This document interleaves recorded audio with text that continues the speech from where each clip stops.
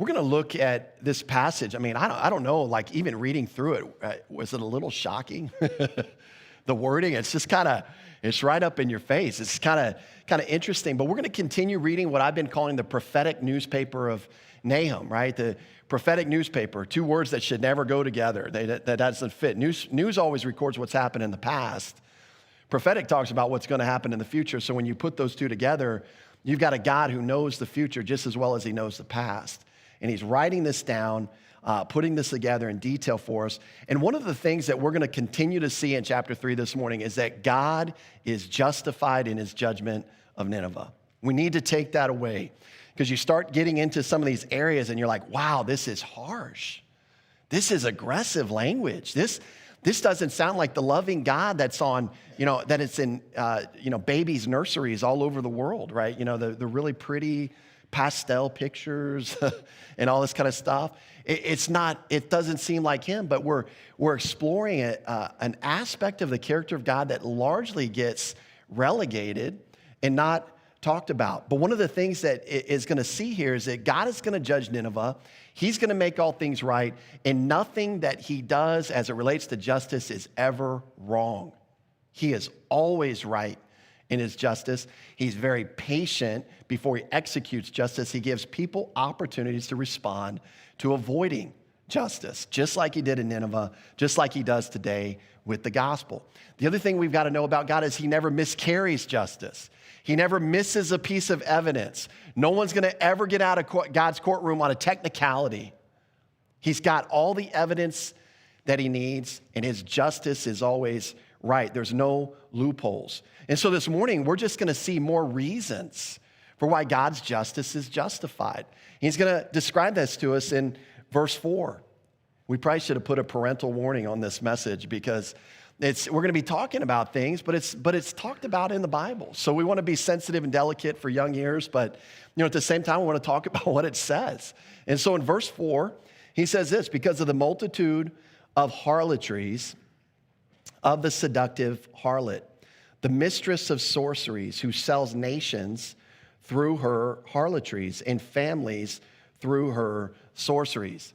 And so all throughout this section, next actually couple of verses here, God's going to describe Assyria, the nation of Assyria, the capital city of Nineveh, as a harlot or a prostitute who's being exposed and shamed. This is the imagery that he's going to give us in the next few verses. Now, why this imagery? Why does he do this imagery? Well, one of the things that we see is that the scriptures are replete. They're full of allusions to harlotry and sorceries as it relates to idol worship and extreme wickedness deserving of God's judgment. You'll see this all throughout the scriptures. Babylon is described this way in Isaiah.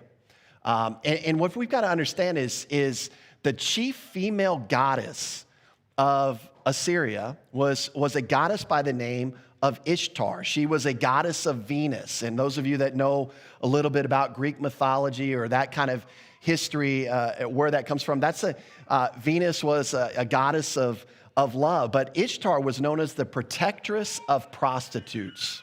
She was the leader of prostitutes. She was the patroness of the ale house, right? The beer joints, right? The bars of the day. So typically when you put alcohol with anything, it ends up in these vices, these sinful vices. But she was the protectress of prostitutes, the patroness of the bars. Part of her cult worship included temple prostitution. Okay, so this is why this is such an adequate, an apt description. What he's going to say to them it would hit home for them. They would understand the imagery that he's using. And oh, by the way, her popularity didn't stop in Nineveh. As Assyria were conquering other nations, they were taking the worship of Ishtar and implementing it everywhere they went. And so there were all sorts of temples and areas of worship dedicated to the worship of this goddess and everything that came along with it. And so he is using this to describe Assyria. Notice he uses the word because, really easy kind of connector word. It gives us the reason for the destruction. He had just mentioned that in verse 3. Go back. Horsemen charge with bright sword and glittering spear. There's a multitude of slain, great number of bodies, countless corpses. They stumble over the corpses because. Okay, now it's given the justification for why God is now going to judge them. And not only judge them, we've been reading about that. We're going to read as we get into these verses how God is going to shame them and embarrass them and make them a spectacle on top of the judgment. And so it's just really fascinating to see that. And one of the things that we learned about Assyria, they had this, and it's not a compliment, they had this unique mixture. There were other nations that were like this and empires like this all throughout history, but they had this unique mixture of harlotry, sorcery, occultism, sexual perversion, and human degradation, and just brutal savagery. They had this mixture that is almost unparalleled with any other empire in the world. And God was going to take them out. And God had given them many years to change their mind. Remember, he had sent Jonah to them and given them, but the time is up, as we've been saying. But you know, it's just like Romans 1. We're going to see, in fact, as we get into this section, that not only was Nineveh going down this route, the Assyrians were going down this route, they were trying to bring other people with them. And it reminds me of Romans 1. You guys probably remember this verse through reading and studying, but it says, who knowing the righteous judgment of God, speaking of unbelievers, that those who practice such things are deserving of death. Notice this next phrase, they not only do the same, but what? They also approve of those who practice them. They want to take others down with them. Misery loves company, right?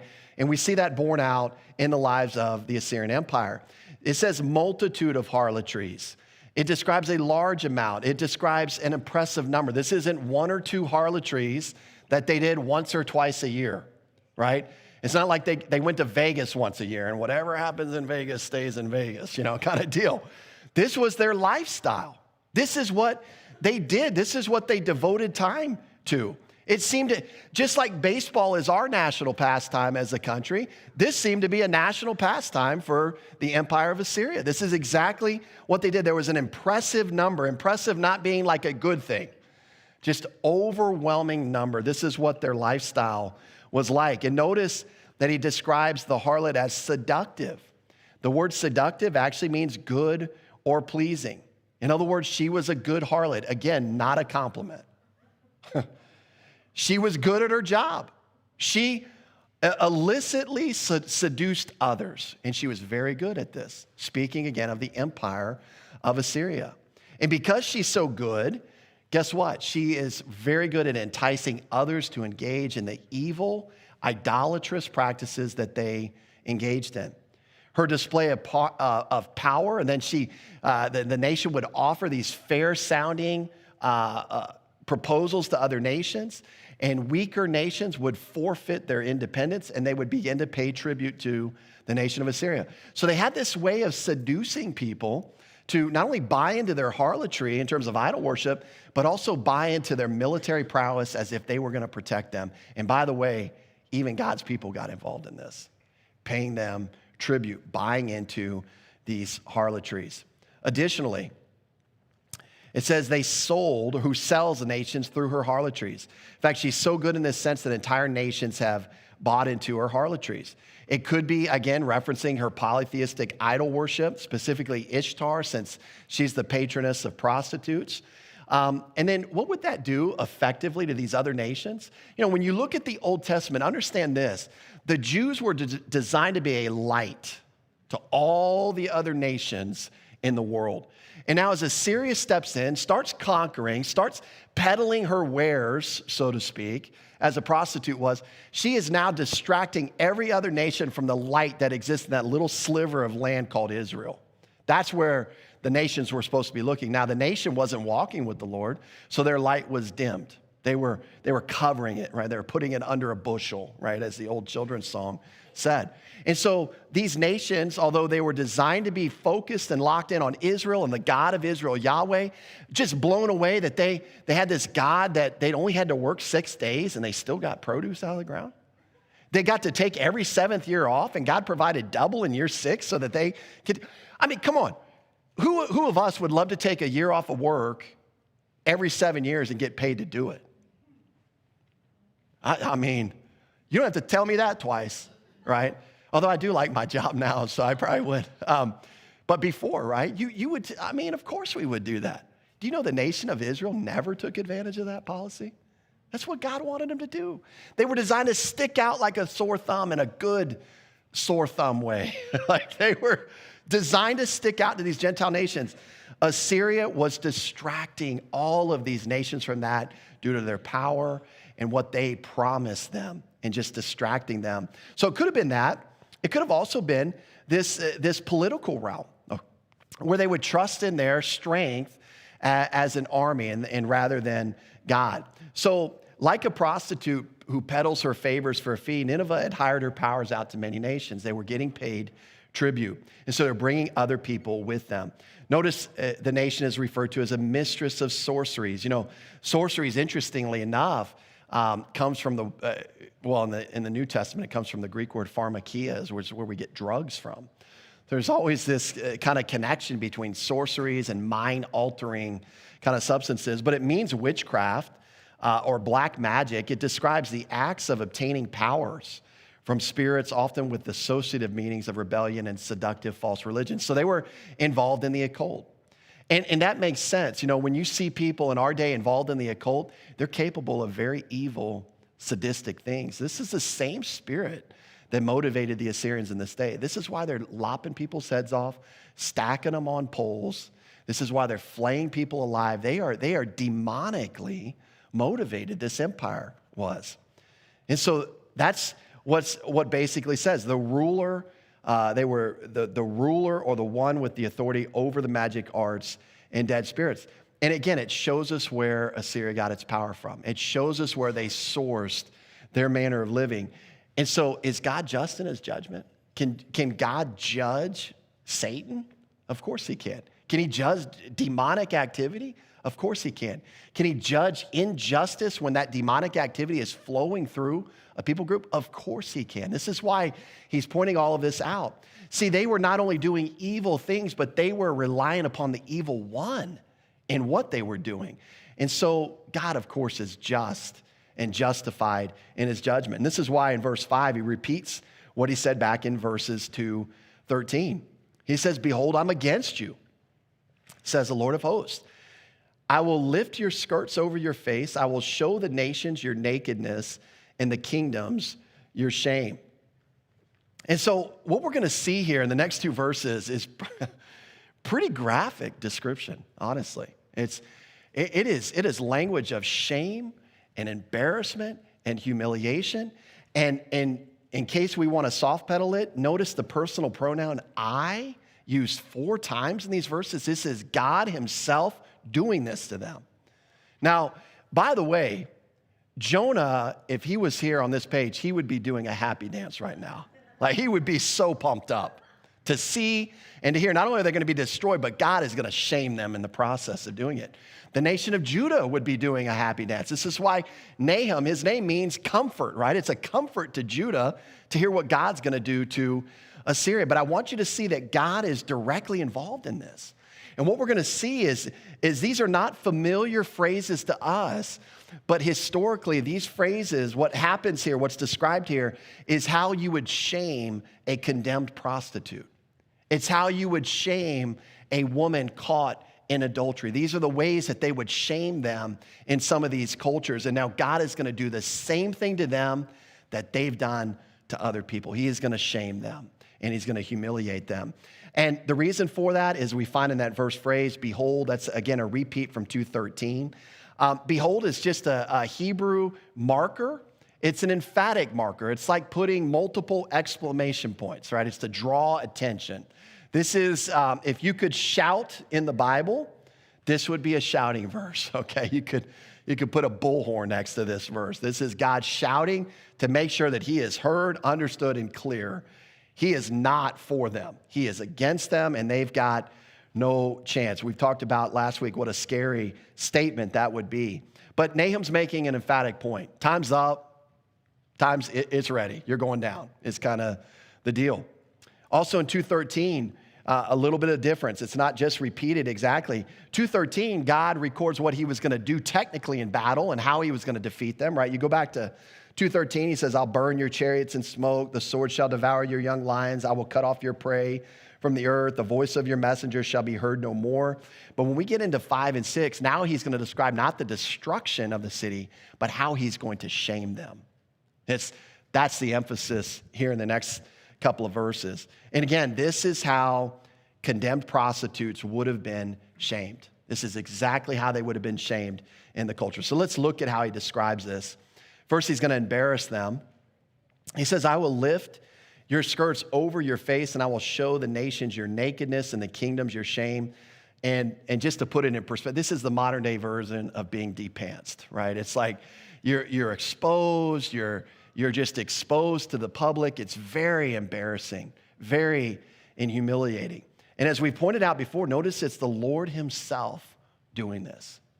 And this is where you start to go, man, how does this fit with the character of the Lord, right? You kind of question this, but understanding who he's judging, all of the shame, all of the embarrassment that these Assyrians had taken delight in before and others, God is now putting it back on them in just form. They are going to get the justice. In fact, the practice of exposing to the public those accused of unchastity is basically a very common historical fact in these cultures. You know also that Assyria was oftentimes, in a way to embarrass an entire people group, they would strip them naked when they took them into exile and march them back into Assyria just, with their birthday suit on, basically, and nothing else. And to just publicly expose and shame them. And now it's going to happen to them in the same exact way.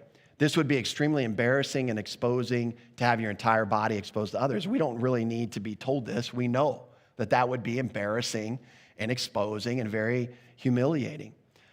Again, prostitutes were oftentimes treated this way, to be publicly exposed if they had been condemned. By the way, do you know what, sometimes you get a thought when you're preparing and you start researching things on Google. It's kind of a funny one. Do you know that in the top 10 nightmares of all time, they've done surveys, your top 10 nightmares. You know what always makes the top 10? It's some variation of this: going to school in your underwear, going to work in your underwear, going somewhere public and you've got no clothes on. It always makes the top 10 list. I don't know what it is. It's like this nightmare that you wake up from. I'm not going to ask for a show of hands to see who's had that nightmare. But if you can relate to that, you can understand the humiliation that this would bring. This is what he's describing here with the Assyrians. Notice the second one. Not only is he going to embarrass them, he's going to humiliate them. I will cast abominable filth upon you, make you vile, and make you a spectacle. Abominable filth means something very repulsive, something so vile that any contact with it would bring abhorrence and uncleanness. It could be filthy garbage. It could be human excrement. It was used of both of those things. There's just something that's just disgusting. And I loved what I don't know what translation Robert read out of it, but I don't know if you caught that word. He's going to pelt them. That's what the word said. Mine says cast, New King James cast. Pelt's actually pretty good because the word itself means to throw or to hurl or to scatter with intensity or violence. This is, going back to my baseball days, he's chucking it at them, right? He's gunning it at them. He's pelting them with this abominable filth. For what reason? To humiliate them. That's what he's doing. I mean, who wants to walk around? I mean, I guess little kids, that's another thing that happens with little kids, right? They like to take their diapers off and then use the stuff in their diapers to draw art on the wall, right? So they don't see any shame in that, but eventually they get to know that, that's not good. Dookie art is not a good thing. So, but most of us would understand, if there's some just disgusting filth being pelted at you, there's some shame in that. Nobody wants to sit in there. We had in our church in Texas, we had this open field that the kids, gosh, I can't believe it. Anyways, we had this open field that the kids would run in, and it was on a septic system. And one of the ways that it would relieve pressure from the septic system is we had a sprinkler system that would spray out the septic tank, basically, all across that field. And I remember one time a lady was volunteering in children's ministry, and she took the kids out there. It was summertime, And she said, yeah, just go run through the sprinkler. And these poor kids didn't know any better. Half the parents didn't know. And I'm looking at my other elder and I'm like, should we say anything here? Or should we just let it go? But they're sitting there getting pelted with filth, basically, and didn't even know it and was enjoying it. But this would not have been enjoyable, right? This would have been the real thing. And it would have been very humiliating, something that didn't happen to important people, but rather slaves, prisoners of war, and again, prostitutes, as he's been using that illustration. And so what we're going to see is before the entire world, this is where this next point is going to come in as we go here. The entire world is going to see how Nineveh has been condemned in a very unseemly way.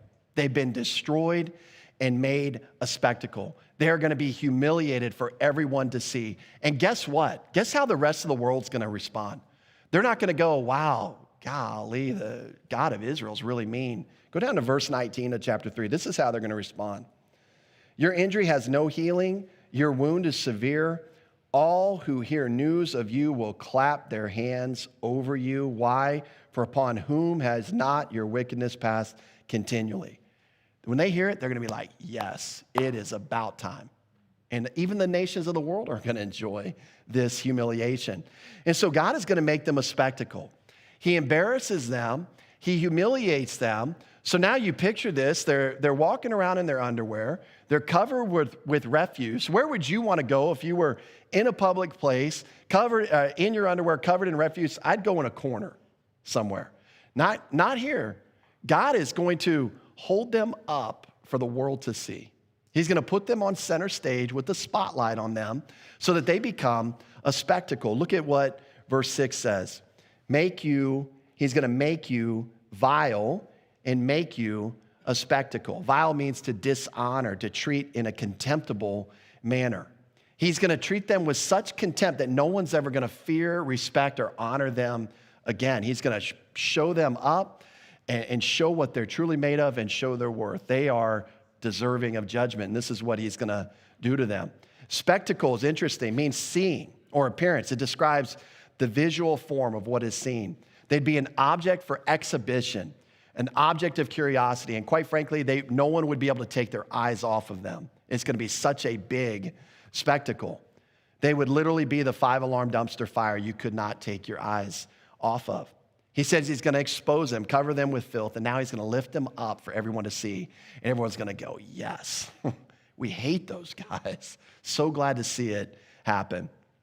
And so not only that, but as we move on to verse 7, we're going to see that they're going to be completely abandoned. No one's going to come to their aid. No one's going to feel sorry for them. No one's going to mourn for them. No one's going to show any kind of empathy for them. Could you imagine being in a place where no one would show empathy for you if you were going through something? You'd be a pretty, you probably burned a lot of bridges if that's the case, right? This is exactly where the Assyrians are. Look at verse 7. It shall come to pass that all who look upon you will flee from you and say, Nineveh is laid waste. Who will bemoan her? Where shall I seek comforters for you?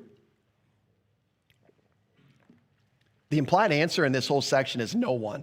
Who will look and flee? Who will bemoan you? No one. Who will seek? Where shall I seek comforters for you? Nowhere, because they don't exist. That's the implied answer in this whole section. When they're destroyed and made this public, embarrassing spectacle, no one's going to come to her defense. No one's going to take her side. No one's going to have sympathy for her as a nation. They're going to be, like I said in 19, clapping, right? Excited about what's going on to Nineveh. And to say Nineveh is laid waste, who will bemoan her? Bemoan means to show an emotional state of great sorrow or grief. It can mean to provide comfort, to sympathize, or to give an empathetic encouragement. And this makes sense because when you look at the Ninevites and the Assyrians after centuries of sadistic torture, nobody's for them. What's really ironic is the very next phrase, which says, where shall I seek comforters for you? And again, the implied answer is nowhere. In other words, I can't even get people to your funeral. In the Near East, you could always find someone who you could pay to come to a funeral. okay? Someone's funeral's going on, you're like, man, I'm a family member, there's no one coming. I just grab 3 people off the street and pay them to come mourn at this funeral. Happened all the time. And so in this culture, to say that basically there's no comforters for you, I can't find one. That's to say how crazy people viewed this country and how a lack of empathy for anything negative that would happen to them. They couldn't even get people to their funeral. And so this is very big. Now, they're pretty strong words. When you go to history, when you look at the time Nahum wrote this is about 659 BC. Assyria was at its strength here. And so God making this prophecy that I'm going to throw filth on you, I'm going to shame you, I'm going to destroy your city, your fortifications are nothing. You could see many people be like, I don't see that. I don't see how that could happen. Right? They had waterways and canals. They were fortified. They had these huge walls. It's like, mentally, human speaking, there's no way this nation could ever fall. And so, very strong words. God's kind of calling his shot, saying, I'm going to humiliate you. And everyone's looking at that and saying, that's the strongest empire in the world. How's that ever going to happen? And because it didn't happen immediately, you could see after maybe a couple of years, 10 years, 20 years, people being like, I think Nahum was, we probably should have put him in the insane asylum. I don't think this is happening, right? And so in order to do that, in verses 8 through 10, God is going to give them a present day, recent reminder of a city that looked impenetrable, that you couldn't get there. You couldn't defeat them. And guess what? Guess who defeated them? The Assyrians. So he's going to use an example for the Assyrians that they're very familiar with, except they're on the opposite side of this example. They were the conquerors. And he's going to show even you guys conquered a city that seemed impenetrable. You guys conquered a city that had allies out the wazoo. You guys conquered a city that was so fortified, no one ever thought it could fall. And you guys just did it. Not only did you just did it, if we date Nahum correctly, we may or may not have that right, but if we date it correctly, it was only 4 years before Nahum writes this. It's fresh in their mind.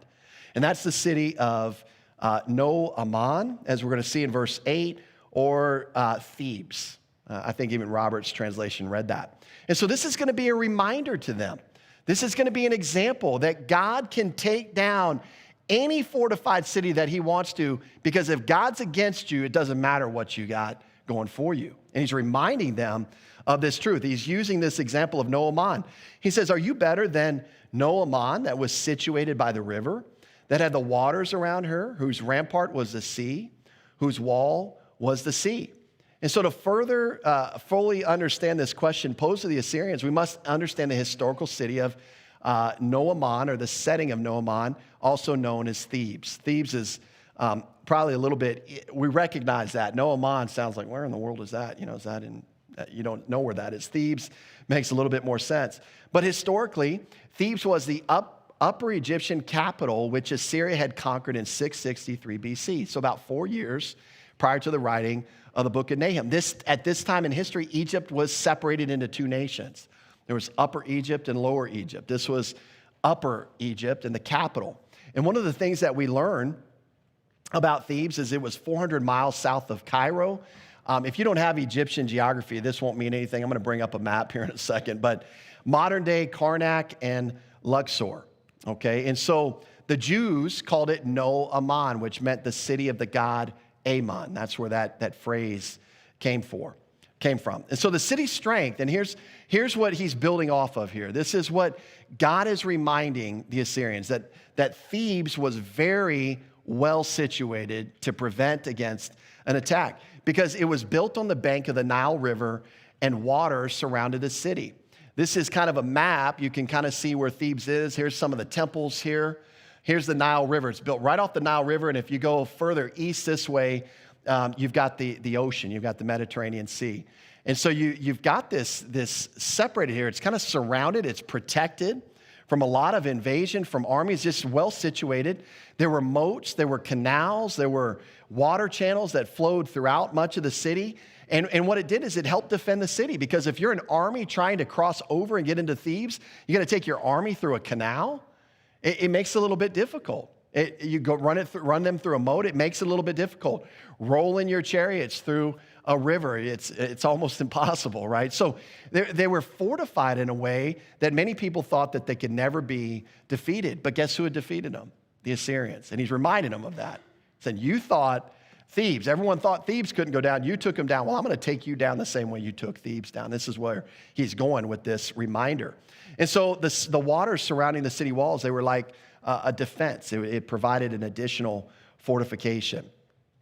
And so when people were reading Nahum's prophecy, even at this point, before we get to verse 8, we get to verse 7, it must be thinking, there's no way this is going to happen. Like Nineveh is too fortified. It's just, I hope it happens, but there's no way this could happen. And so the Lord provides this example. Remember, we thought that about Thebes. Remember, you thought that about Thebes, and that city went down.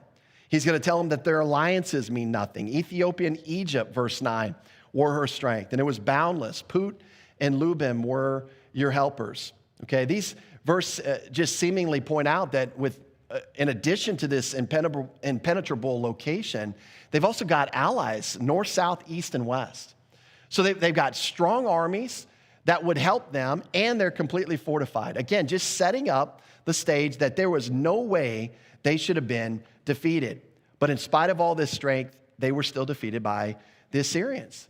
And again, the Assyrians were on this side of the destruction. Now they're going to be on the opposite side. And this is the reason the Lord is reminding them. He's basically saying, remember that if it happened to them, it can and will happen to you. That's really the message here of bringing in kind of this example. Now, not only that, but the Lord is also going to remind the Assyrians of how they treated the Thebans.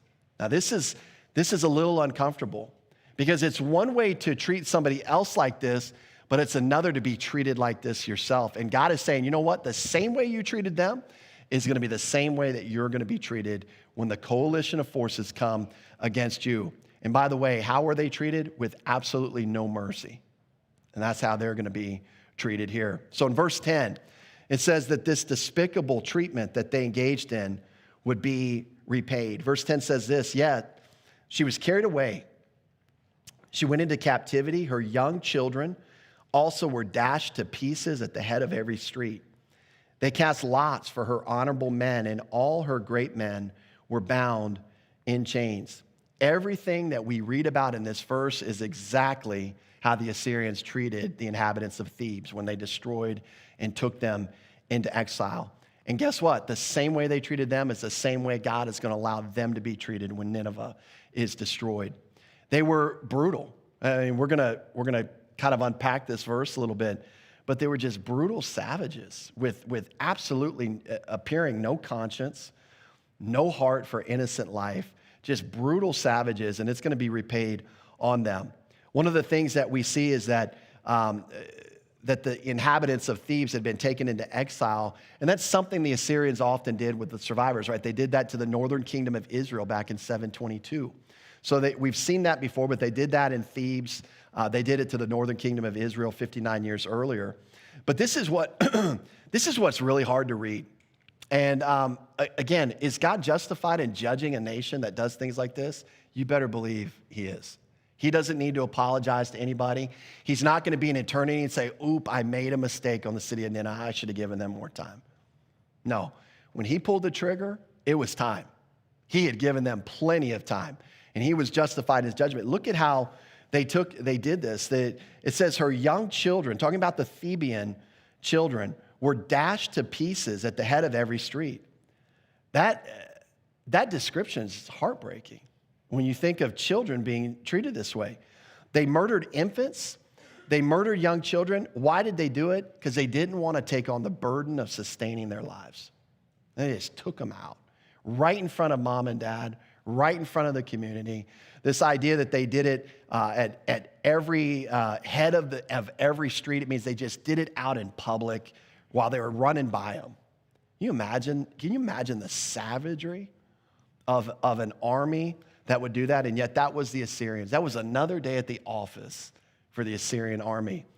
You know, young children, it's interesting to give an image. It can describe anyone from infancy to just prior to mature adolescence.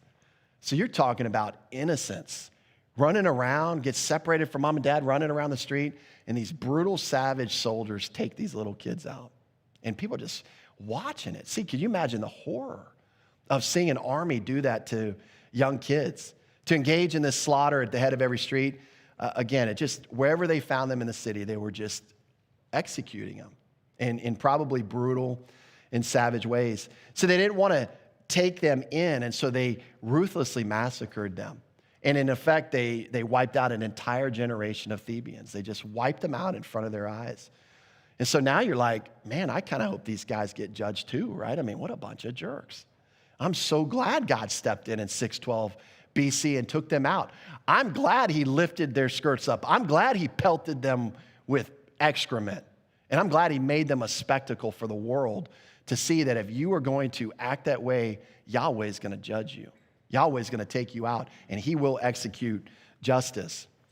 Then it says that they took lots for their honorable men. This describes the process of humiliating the noble men or royalty by dragging them off to Assyria to be auctioned off.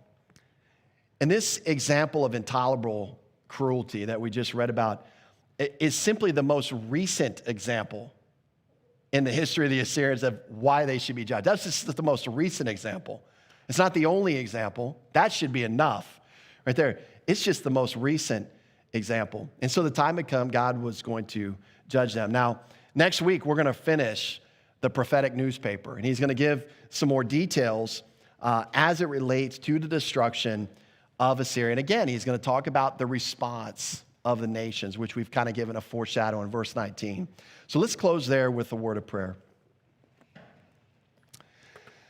Lord, I thank you for your word. This is an interesting section, Lord, obviously one that we don't spend a lot of time in. I've never seen this crocheted or quilted in a nursery anywhere or in someone's home. But we obviously understand that you're a just God, and you give people what they deserve. We also know that you're loving. You provide opportunities for people to avoid what they deserve when you provide solutions in their place, especially the gospel of your dear Son. So it's hard to read, but at the same time, Lord, we're grateful to know that you execute justice, you do it well, you give everybody what they deserve, and then for those of us who have trusted in your dear Son, you give us what we don't deserve. You give us grace, you give us eternal life, you give us forgiveness of sins. And so what a perfectly balanced character you have, and we just so rejoice to know that you're in control, you're in charge, you got a plan, and we're so grateful for what Jesus accomplished for us. And it's in his name we pray. Amen.